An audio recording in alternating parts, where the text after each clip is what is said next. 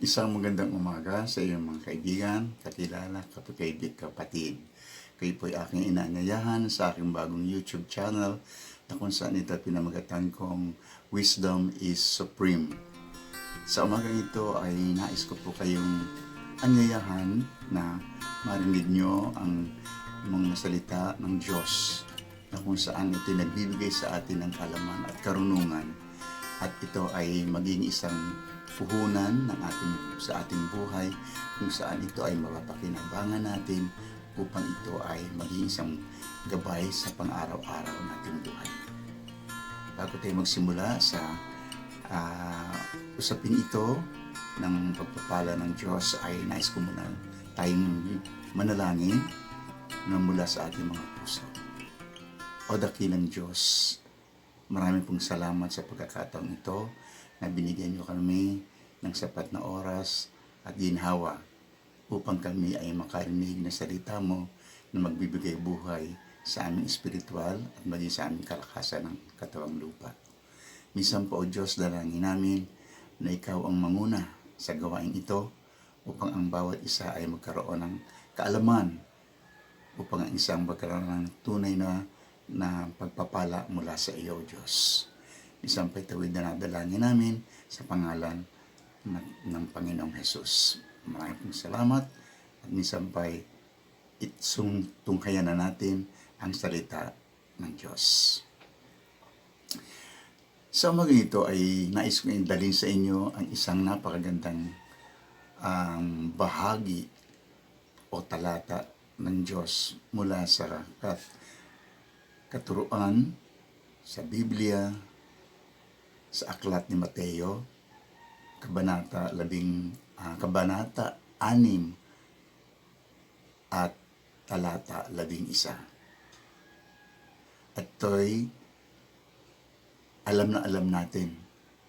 Ito ay sa araw-araw na panalangin natin na babanggit. Ito po, ang tinutukoy ko po ay ang talata na sumusunod. Bigyan niyo po kami ng kakanin sa araw-araw. Sa weekend ito ay marami po tayong mapupulot na kaalaman. Marami tayong masusundan at magiging bahagi ng ating buhay. Ito ay simpleng salita lamang, o kung ibig sabihin ay napakadaling unawain. Ang salitang bigyan niyo po kami ng kakanin sa araw-araw. Ang sinasabi po ay sa araw-araw. Hindi po sinabi ng Panginoon na tayo manalangin sa Kanya at humingi ng biyaya na higit pa sa isang araw, o dili naman kaya ay sa isang buong linggo, isang buong buwan, o hanggang sa kailangan natin.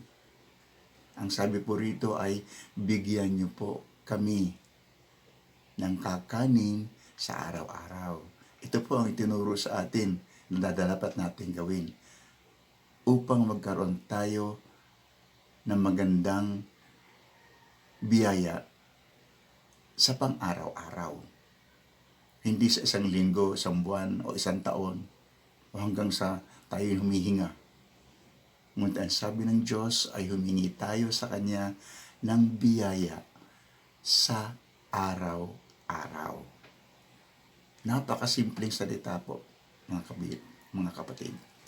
Ngunit ito ang pinakamahirap ding sundin sa itinuro na sa atin ng paraan ng panghingi ng biyaya upang sa ating araw-araw ay makausap natin siya.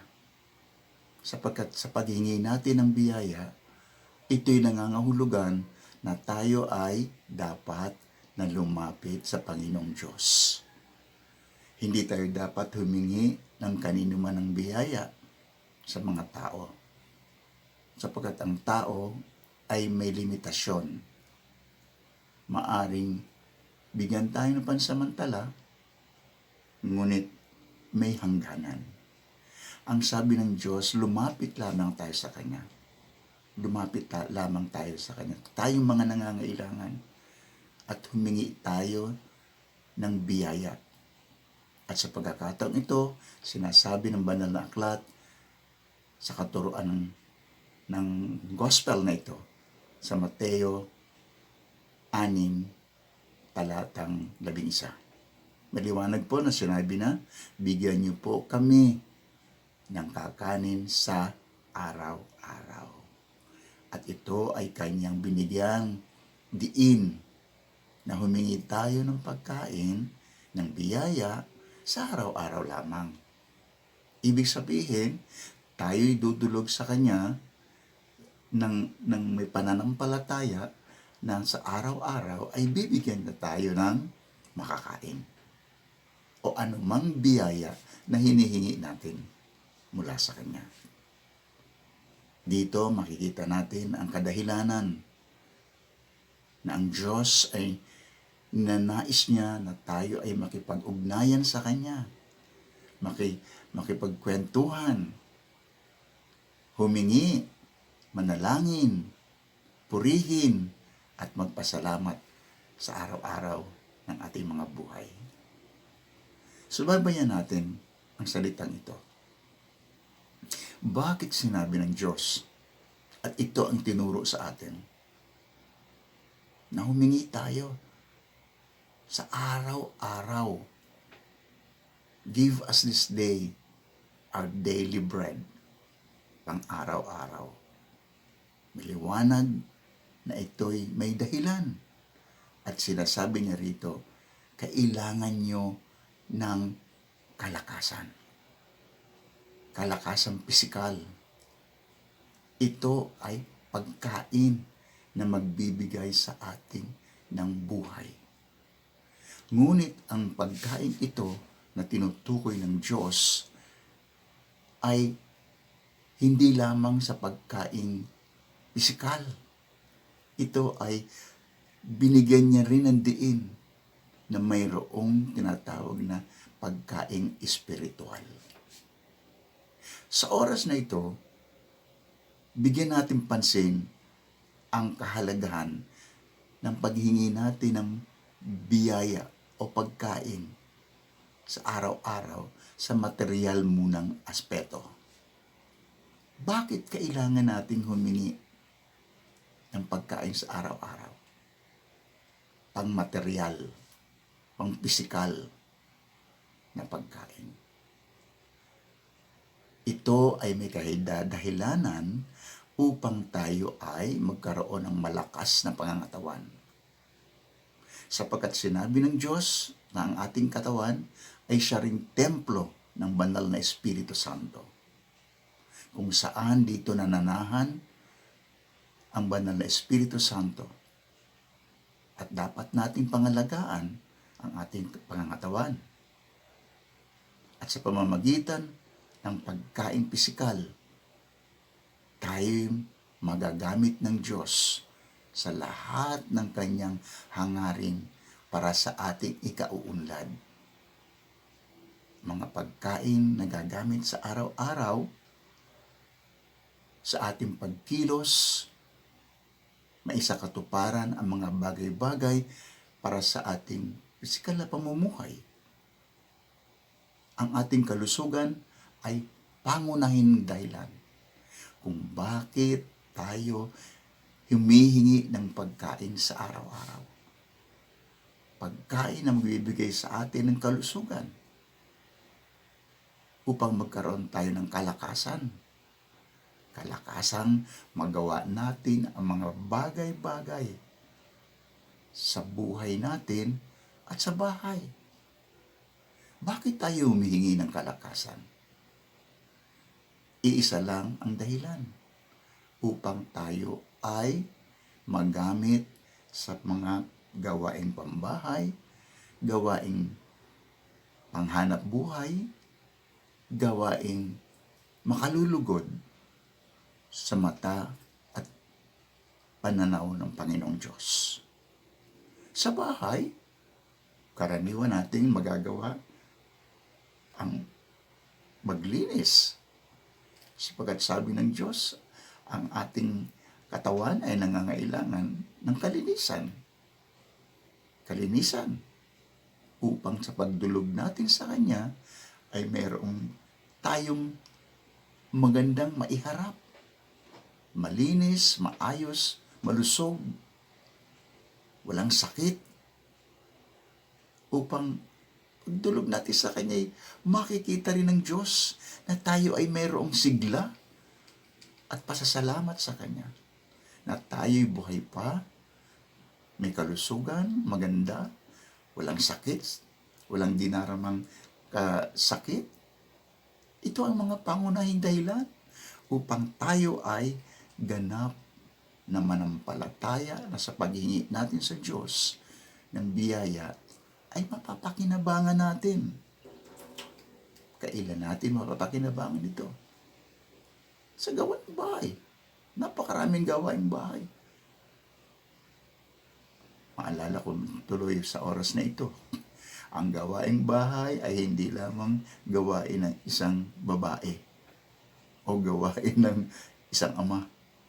Hindi gawain lamang ito ng isang asawang babae, kundi ito'y gawain ng lahat na nakatira sa isang bahay. Si nanay, si tatay, si kuya, si ate, at maging si bunso. Kasama po tayong lahat yan. May tungkulin tayong gawin sa bahay. At ito ay gawaing pisikal. Bakit pinapayagan tayo ng Diyos na magkaroon ng ganitong gawain? Sapagkat siya mismo may sabi na ang ating katawan ay maaari nating ihandog sa Kanya. Tanging handog ng pagpapuri sa Kanya na tayo ay malusog. Ang kalusugan natin ay isang biyaya. Dahil wala tayong sakit na iniinda, ito ay isang ganap na pagpapala sa pagtugon ng Diyos sa paghingi natin ng kakanin sa araw-araw. Magkakaroon tayo ng katagumpayan sa pag-aasikaso sa mga anak natin, sa mga apo natin, mga kaibigan natin, at magagamit pa natin ito ng isang napakagandang gawain, ang pagpapahayag ng salita ng Diyos ng kaligtasan sa lahat ng nangangailangan, lahat ng may tenga, makakarinig ng dahil sa salita ng Diyos. At itong salita ng Diyos ay may isa sa katuparan lang natin kung tayo ay malusog. Merong kalakasang pisikal. At ito ang magiging sanhi ng tagumpay ng Diyos. Sapagkat sinabi ng Diyos na tayo ang Kanyang katawan. Tayo mismo ang magpahayag ng Kanyang salita sa pamamagitan ng ating labi, sa pamamagitan ng ating mga kamay, sa pamamagitan ng ating mga paa, sa pamamagitan ng lahat ng bagay na magagawa natin na maihahandog natin sa ating Diyos na buhay, ay mayroong katagumpayan. Bakit nga ba talaga kailangan nating humingi sa Diyos ng pagkain sa araw-araw? Bakit? Upang tayo ay magkaroon ng patuloy na pakikipag-ugnayan sa ating Diyos. Sapagkat ang pakikipag-ugnayan natin sa ating Diyos, kadalasan ay nauuwi sa ating paghingi. Paghingi lamang. Ito ang Kanyang paraan na tayo lumapit sa Kanya sa pamamagitan ng paghingi ng mga bagay-bagay. Ngunit ito ay dinaraan niya sa Kanyang salita na kakanin sa araw-araw. Ang pagkain pisikal o material, marami. Halos di mo masabi na ay wala na akong kailangan sa araw-araw, na meron na akong lahat. Lahat-lahat meron na ako. Ito'y hindi totoo. Sapagkat sa araw-araw ay mayroon tayong pangangailangan. labis na pangangailangan. Kung minsan nga, ang kalusugan talaga natin, pangunahin. Walang sakit, tagumpay tayo. Ngunit lagi nating hingin na ang pagkain ito ay hindi lamang sa pangangatawan, kundi ano ang ibubunga ng pagkain ito sa ating pangangatawan. Sa lumang tipan, mga kapatid, kaibigan, ay naganap din ang paghingi ng mga tao, ang mga Israelita, silang mga nauna sa atin, sa paghingi sa pang-araw-araw na pagkain. At ang Diyos ay tumugon sa pang-araw-araw na pangailangan. Ang mga Israelita na malaya na sila sa kamay ng mabagsik na paraon ay nangailangan ng pang-araw-araw na pagkain sa ilang. Habang sila ay lumalakad sa lupang pangako kung saan mayroon ang biyayang naghihintay. Kung tawagin nga natin ay milk and honey. Ay nangailangan sila ng pagkain sa araw-araw. At ito ay binigay ng Diyos. Pang-araw-araw na pagkain na tinawag nating mana. Yun ang salita ng tinapay na pang-araw-araw na binigay ng Diyos. At ang tao ay nanagana. Ang kanilang gutom sa pagkain ay nagkaroon ng kalakasang pisikal upang ihakbang nila ang kanilang mga paa at ihakbang ang pananampalataya na ang Diyos na kanilang tinawag at nagbibigay ng biyaya sa kanilang buhay sa araw-araw. Ang buhay ng tinapay na ito ang siyang nagbigay ng kalakasan upang patuloy silang humakbang patungo sa lupang pangako kung saan si Moses na siyang nangunguna sa kanila. Ngunit sa araw-araw na kanilang paghingi ay nagkaroon din sila ng pagdududa na baka bukas wala na. Baka tumigil ang pagbaba ng biyaya mula sa langit. At naisipan ng karamihan na sila ay kumuha ng biyayang ito ng mana nang higit pa sa pangangailangan sa pang-araw-araw. Sinamantala nila ang pagkuha ng higit pa sa kanilang pangangailangan. Dinamihan nila, nagmadali sila, nag-ipon sila, nag-impok sila para sa araw ng bukas, para sa susunod na araw, sapagkat nagkaroon sila ng pag-aalinlangan at pagdududa na baka bukas ay wala ng ibaba o bumaba na biyaya mula sa langit, mula sa awa ng Diyos. Sinamantala nila at nagkaroon sila ng pagdududa. At ang pagdududang ito ay nagbunga ng espiritu ng kasakiman. Nagkaroon sila ng pag-aalinlangan. Bukas wala na, paano tayo? Iyon marahil ang kanilang naisip. Kaya ang ginawa nila ay nag-agawang pa sila. Yan ang sabi ng Biblia sa aklat ng Exodus. Ngayon, ano ang nangyari? Dahil sa kanilang kasakiman, dahil sa kanilang pagdududa na ang Diyos ay hindi tutugon sa paghingi nila ng pagkain sa araw-araw, kinuha nila ng higit pa sa kanilang pangailangan. Ngunit sumunod na araw ay may dumating pa rin. Ano ang nangyari sa kinuha nila nung nakaraang araw? Ito ay hindi napakinabangan. Ito ay nabulok. Nawala ng saysay ang pagkain ibinigay ng Diyos. Tutuloy natin ang naputol na mensahe. Hindi tayo dapat humingi ng labis-labis.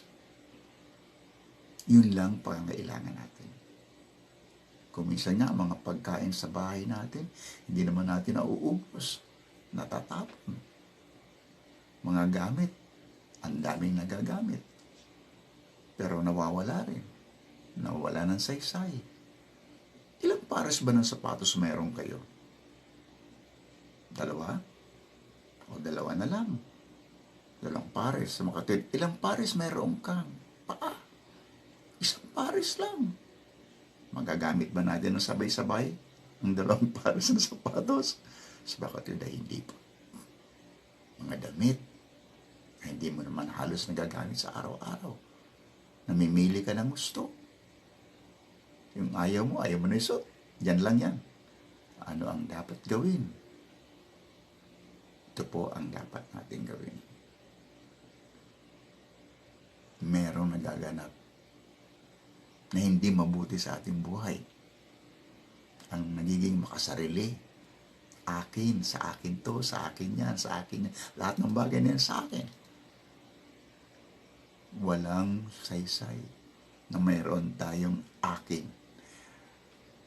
Ito ay tanda ng kasakiman, pagmamalabis ng anumang bagay na mayroon tayo. Hindi napapakinabangan. Kung kahit sinabi ng Panginoon, tayo maging mapagbantay sa lahat ng uri ng kasakiman sa buhay ng tao at hindi nakasalalay sa mga gamit lamang sa bahay o sa buhay. Dapat nating sailahanin na mayroong mga nangangailangan.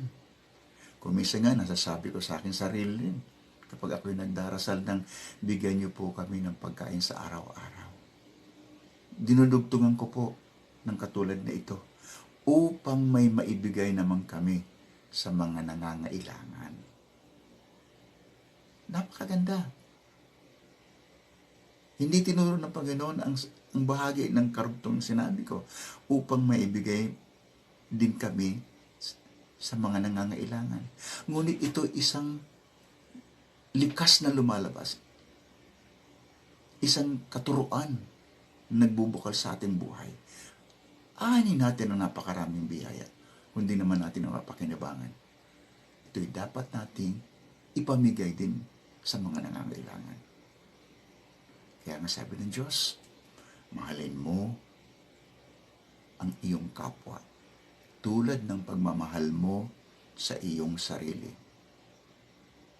Ito po ay nagmula sa aklat ni Mateo, kabanata 22 at talatang 8. Yun ang ibig sabihin. Kung ikay marunong magmahal sa iyong kapwa, yung mga hindi mo na ginagamit. Tingnan mo ang iyong cabinet, sa katutak ang gamit. Tingnan mo ang gamit mo, napakarami. Labis-labis sa binibigay ng Diyos. Ipamigay po natin ito sa nangangailangan. Ito ang saysay ng sinasabi ng Diyos na bigyan niyo po kami ng pagkain sa araw-araw. Mga kaibigan, mga kapatid, ito po ang ipinahahayag ng Diyos sa atin sa umagang ito. Maraming pong salamat sa inyong pakikinig at pagsubaybay sa YouTube channel na ito na aking pinamagatan, Wisdom is Supreme. Maraming pong salamat. Hanggang sa susunod na pagkikita natin muli. Narito po ang si Brother Bob na siyang patuloy na mag-aatid sa inyo ng magandang katuruan mula sa ating Diyos ng buhay. Abangan nyo upang magkaroon tayo ng tuluyang ugnayan sa araw-araw. Hanggang sa muli po, maraming pong salamat at magandang umaga sa inyong lahat. Salamat po. Maraming pong salamat.